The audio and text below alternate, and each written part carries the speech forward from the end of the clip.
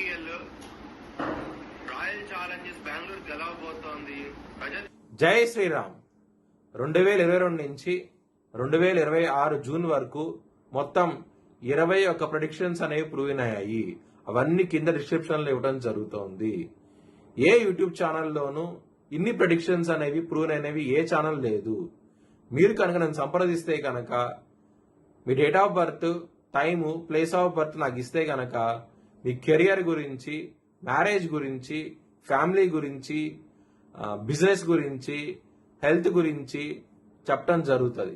కనుక నన్ను సంప్రదించాను. తులారాశికి అధిపతి శుక్రుడు. తులారాశిలో స్వాతి 4 పాదాలు, చిత్త 3-4 పాదాలు, విశాఖ 1-2-3 పాదాలు ఉంటాయి. ఈ నక్షత్రం వాళ్ళందరూ నేను చెప్పే వార ఫలితాలు వర్తిస్తాయి. ఈ వారంలో తులారాశి వారికి దశమ స్థానంలో గురు శుక్రులు యోగిస్తున్నారు, 9వ స్థానంలో బుధ రవిలు యోగిస్తున్నారు, 6వ స్థానంలో శని, 7వ స్థానంలో కుజుడు.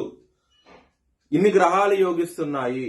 మీరు కనుక నరసింహస్వామి టెంపుల్కి వెళ్తే కనుక ఈ వారంలో చాలా మంచి ఫలితాలు ఉంటాయి. మరియు మీరు కనుక బ్రాహ్మణుడికి అన్నదానం చేస్తే కనుక మంచి ఫలితాలు ఉంటాయి. గురువారము, శుక్రవారము, శనివారం రోజున ముఖ్యమైన పనులు స్టార్ట్ చేస్తే కనుక ఖచ్చితంగా విజయం సాధిస్తారు. ఆదివారము, సోమవారం, మంగళవారం రోజున ముఖ్యమైన పనులు స్టార్ట్ చేసిన వ్యతిరేకత ఫలితాలు ఉంటాయి. ధన నష్టం వచ్చే అవకాశం ఉంటది.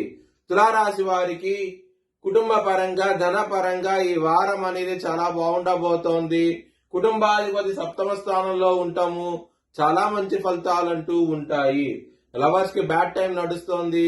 ఇబ్బందులు పడే అవకాశం ఎక్కువగా ఉంటది. హెల్త్ పరంగా బ్యాడ్ టైం నడుస్తోంది. జాగ్రత్తగా ఉండండి. చిన్నపాటి సమస్యను డాక్టర్ దగ్గరికి వెళ్ళండి. ఈ వారం అనేది అంత అనుకూలంగా అయితే లేదు మీకు. శత్రులు అనే వాళ్ళు చాలా అధికంగా ఉంటారు. కొంచెం జాగ్రత్త తీసుకోండి. కాలభైరవాష్టకాన్ని చదువుకోండి. చాలా మంచి ఫలితాలు అంటూ ఉంటాయి. బిజినెస్ పరంగా పెట్టుబడి అనేది ఎక్కువ పెట్టండి.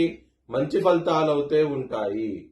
మ్యారేజ్ పరంగా చాలా బాగుండబోతోంది. వారం అనేది చాలా అనుకూలంగా అయితే ఉంటది.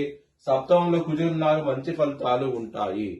వృత్తి పరంగా దశమ స్థానంలో గురువు, శుక్రులు ఉన్నారు కాబట్టి మంచి ఫలితాలు ఉంటాయి ఈ వారం అనేది. మీ భవిష్యత్ వివరాల కోసమై హెచ్ఎల్ఎన్ జ్యోతిష్యాలను సంప్రదించండి.